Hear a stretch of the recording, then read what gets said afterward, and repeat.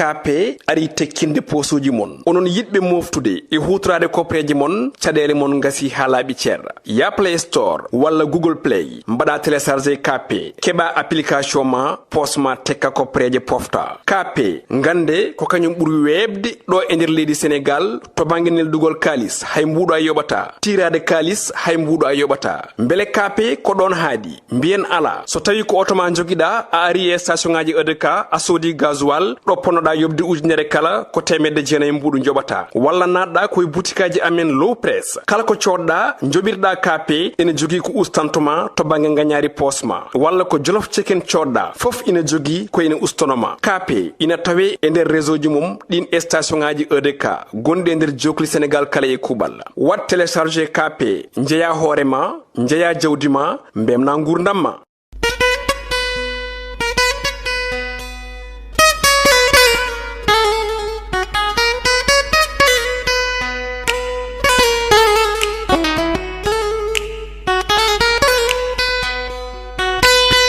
Assalamu alaikum bandiraɓe hettiyankoɓe yeɓenkoɓe yaw Piindi TV bisimilla mon e roɓɓindu jaydeli moɗon weltare min dañtay kala saaha huccide mon non kadi min dañiri weltare oɗo subaka talata nde koyɗon yo Allah waɗanen jaam goto fof salminama e inde ko noon manama e jettoɗe wiide yen battuni muuri yo Allah rokken kadi taweɗo saaha muuri yabarke nelaɗo Allah wiide on goto fof oɗon jarloɗon jaafo min kam mi yarlima mi yaafima wiide yo Allah waɗanen jaam waɗana en kisal waɗana en ko ganduɗa kañum woni tawede kadi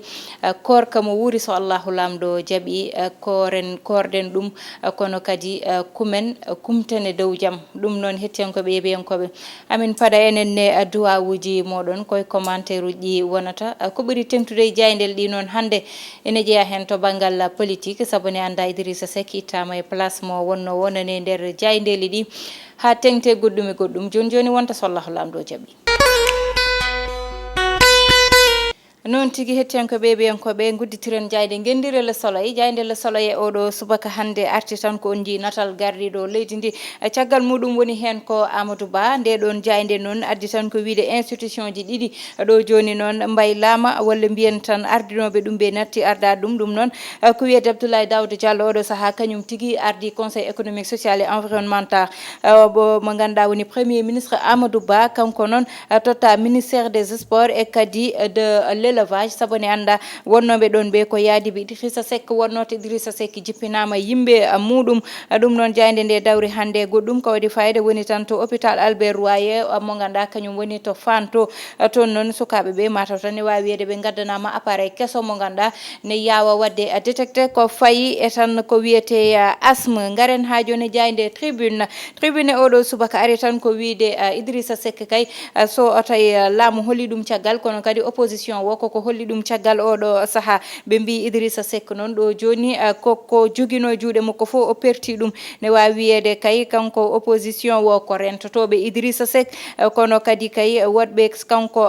Idrissa Seck e plan ji muɗum ɓe mbi kay koko yani leydi ha joni tan ɓe garti goɗɗo mo ganduɗa addi konguɗi muɗum ni wiye Mali Gueye e nder jayde nde ganduɗa kañum woni tribune ha joni kanko Mali Gueye noon secrétaire général mo parti populaire o suuti konguɗi makko wiide tan élection ɗo e nder leydi meɗen Sénégal tawa Khalifa Sall yahani Karim Wade yahani Bougane yahani Ousmane Sonko yahani on ɗum kay dañata lamɗam ha joni tan ɓe garte jayde l'observateur e oɗo subaka wi tan ko Idrissa Seck kay kañum wi ko kañum tan woni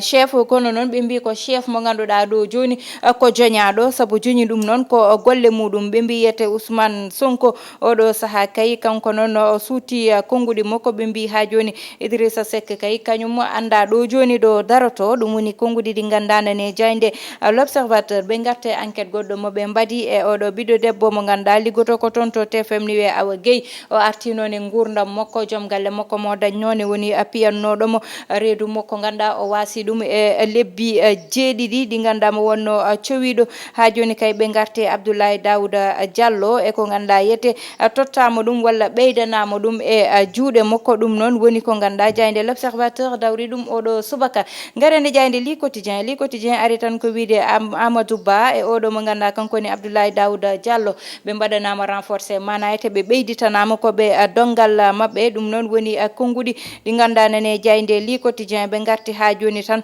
e appel au dialogue mo ganduɗa yette gardiɗo leydi ndi waɗama kamɓe heɗɓe APR ɓe mbi tan ko gardiɗo leydi ndi so fotti jungo muɗum foti ko notede ɗum noon woni ko ɓe gaddi ha joni garene jayde source a oɗo subaka ari tan koye konngudi Moundiaye Cissé mo ganduɗa yette kañum tigui ardi yette kañum woni ene jeeya e wonɓe société civile kanko Moundiaye Cissé noon o wi so yiyama o jeeyaka tan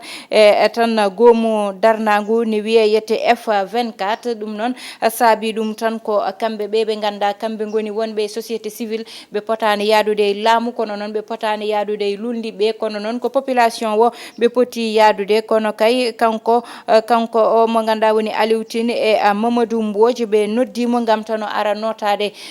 tan ɓe nangodira walla ɓe mbadda jungo e faanu kono kanko noon jaɓani saabu natodirde e politicien ji woni ko wona yette gueɗe ko fotani wonde gueɗe mabɓe kamɓe société civile ha joni tan ɓe garti kay o arti kay ha joni konngudi gardiɗo leydi ndi o wi tan wonko ganduɗa haali ɗum kono noon ɓe goppitani hen hakkille woni yette wiidemo février hitande 2024 mo ƴettit leydi ndi kono noon ɗum hewɓe goppitani hen hakkille haalluji makko o dañno e interview mo waddanno e RFM garen ha joni jayde vox populi ari tan ko wiide Ousmane Sonko kay jabtima oɗo mo ganduɗa kanko woni Idrissa Seck saabu Ousmane Sonko wi ko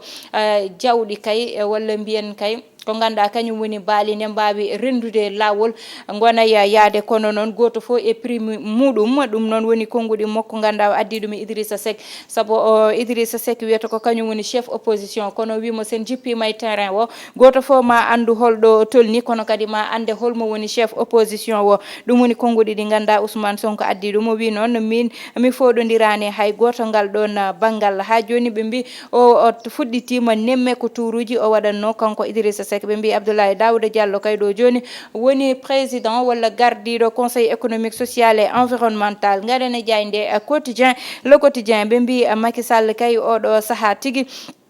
carte ɗe goni koye jungo muɗum samo remaniement o jogori wadde ɗum noon gam tan ƴewtade holi fodɓe jooɗade e place ɓe ganda gummima ɗon ni wonno yaadiɓe Idrissa Seck garani jayde les échos e oɗo subaka noon kañum noon arti tan koye wiide cour suprême oɗo saaha kay holli caggal Ousmane Sonko oɗo saaha kay omo foti yaade noon huccidde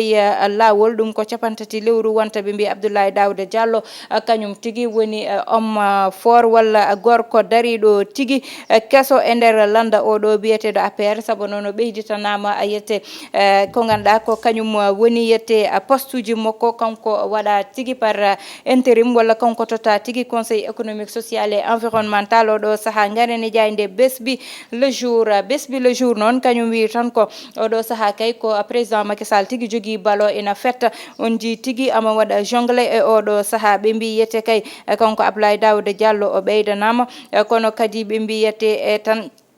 taske ɓe mbiyete ko faye cumul des fonctions ɓe ton ko Amadou Ba o ɓeyditanama kadi yette ko ganduɗa ko kañum woni dongal makko ɓe mbi idi e Macky Sall kanko Idrissa Seck noon o wi tan ko mami wi yumma tigui walla yette so yumma wonno ɗo mami wi ɗum a liggima ɗum woni konngudi ɗi ganduɗa Idrissa Seck waynodiri ɗum e gardiɗo leydi ndi garene jayde libération ɓe garti ha tigui to banggal jetran kañum libération noon ko scandale mo ganduɗa dañi tonete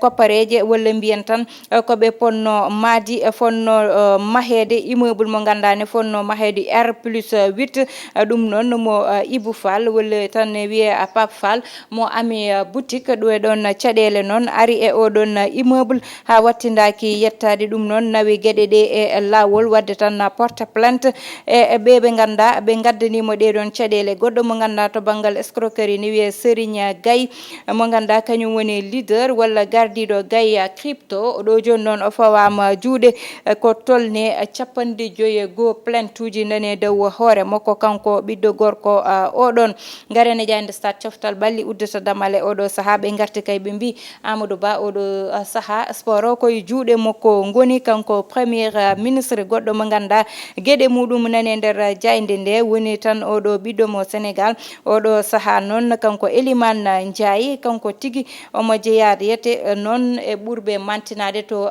club makko to yete bituji 13 o limanama ɗum kono kadi e 8 passe décisif ɗi ganduɗa yete kanko o waɗi ɗum toon to ganduɗa woni to club makko to yete hettiyankoɓe ɓiyenkoɓe joni gudditen hello wonko non tigi hettiyankoɓe ɓiyankoɓe e hello men wongo garen tan ko ganduɗa yete ƴewtinama discours uji weekend oɗo ɓennuɗo gardiɗo leydi ndi to banggal Idrissa Seck wadde yete hollidde kañum ko candidat hitande 2024 hewɓe noon ina innito e banggue wiide ko dil walla wona dil hakkude makko e gardiɗo leydi ndi ɓe gartini ha e histoire oɗo mo ganduɗa woni président Abdoulaye Wade saaha foof ena natanno e gouvernement mo Abdou Diouf e ko way noon ina hewno addande ɗum caɗele kanko Idrissa Seck noon gueɗe baɗe ni so ƴewtidama mo wowi ɗum seeɗa saabu so ƴewtidama caggal hakkude makko e maître Abdoulaye Wade nde ɓe mbadduno ha maître Abdoulaye Wade sokimo hawo yalti ɓe kollodiri caggal kamɓe ɗiɗo ɗon fuɗɗino wiyede amo yaaha galle maître Abdoulaye Wade jamma amo naata toon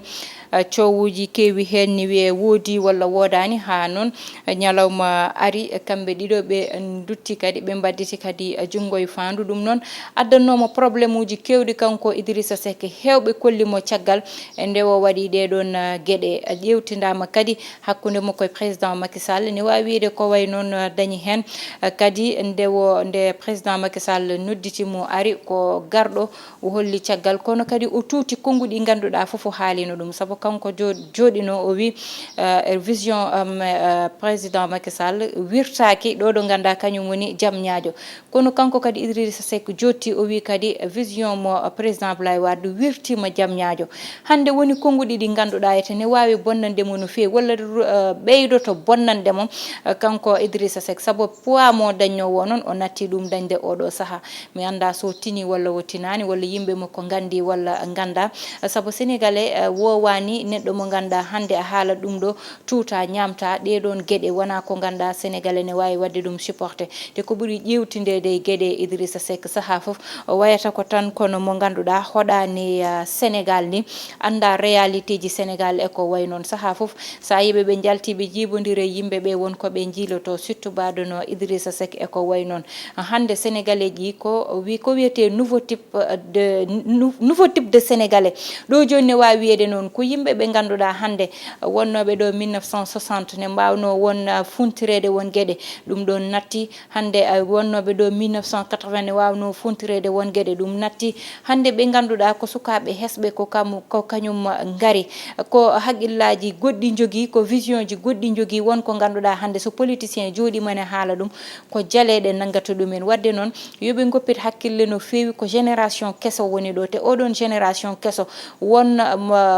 politique kesso moɓe cohli wonko ganduɗa kañum woni discours kesso jaaɗuɗo e génération moɓɓe ko ɗum ɓe cohli kono kadi ɓe jitta ko hollede ɓe jiiya te hollede yiya jeeyaka hen neɗɗo hande kaala ɗum ɗo janggo kaala ɗum hande naata ɗo janggo jalta to hande ina jeeyano ko rendinimo e oɗo mo ganduɗa kanko woni Déthié Fall ha yalte parti o waɗi parti hoore muɗum hande konnguɗi ɗi ganduɗa o haalino ɗum rutti halti ɗum to assemblée nationale tawi omo wone nder gouvernement addi caɗele hakkude makko e oɗon ɓiɗɗo gorko haaɓe certi hande o holli caggal gardiɗo leydi ndi kanko Idrissa Seck yimɓe makko jippinama beele ɗum ne ko intérêt ɓe o wondunoɓe ɗum ɗon ne ha yesso ko lawol ma ande holɗo wattinto Yankoba Diatara e goɗɗo mo ganduɗa ko kañum wonno hande ministre de l'élevage ɗum ɗon fo noon ko ganduɗa ina foti ƴewtede no fewi kabo intérêt politique ne hamni hande seɗen kala hen en gaynata onon ne hakkille moɗon ne faade e commentaire uji ɗi yiyande moɗon e Idrissa Seck hakkude muɗum e gardiɗo leydi ndi hettiyankoɓe yeeɓiyankoɓe yo Allah waɗanen jaame kisal bani modde Baysata Ndiaye wonno to banggal caméra to ko jibbi heedanno en toon to banggal montage to ko Ali Fall ha gongol so Allahu lamɗo jaaɓi